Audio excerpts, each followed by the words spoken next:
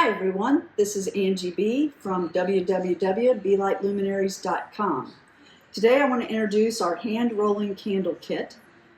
With the kit you can make four 4-inch tall by 1-inch wide candles. They come in a variety of colors. The kit I have on the table comes in ivory, eggplant, French blue, and natural. What you need in order to roll candles, of course, you need wick, which is included in the kit. It has wax on the end that you will actually use to light the candle, so you will know the orientation when you're rolling. You need something underneath your wax so that you protect any surface. This is just parchment paper. It comes with a tea light cup for each candle. You don't necessarily need this. I include this so you have a holder to stick it down in, and just in case it drips. You may want to put this on another plate just because this can get hot. And you need a hair dryer.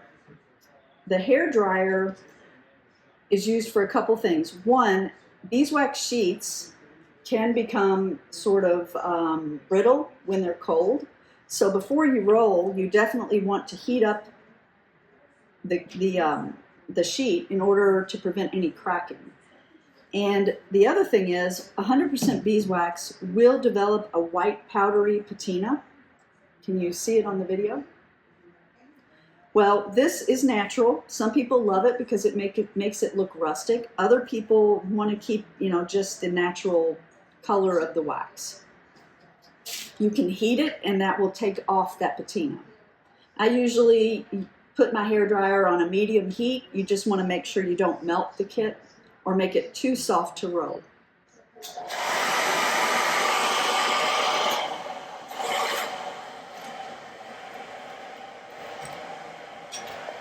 Obviously, you don't want it to be so fast of a speed on your hair dryer that you blow everything off the table, like I'm trying to do.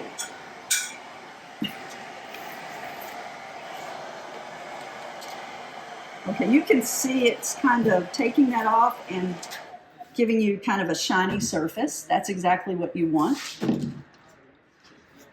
So you're going to take your wick, and like I said, the wax first will be at the top of the candle, and you're going to kind of put this at the other end.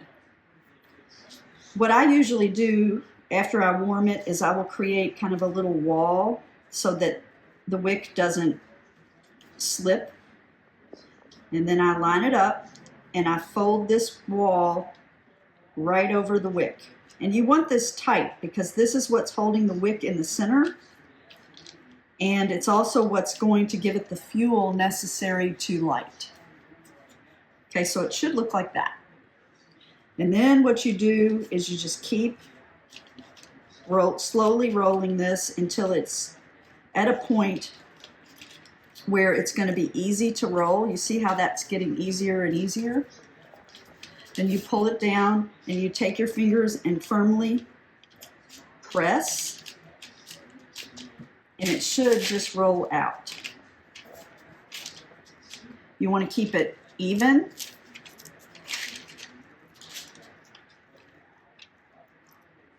And it may be helpful to tape down your parchment paper because it does shift.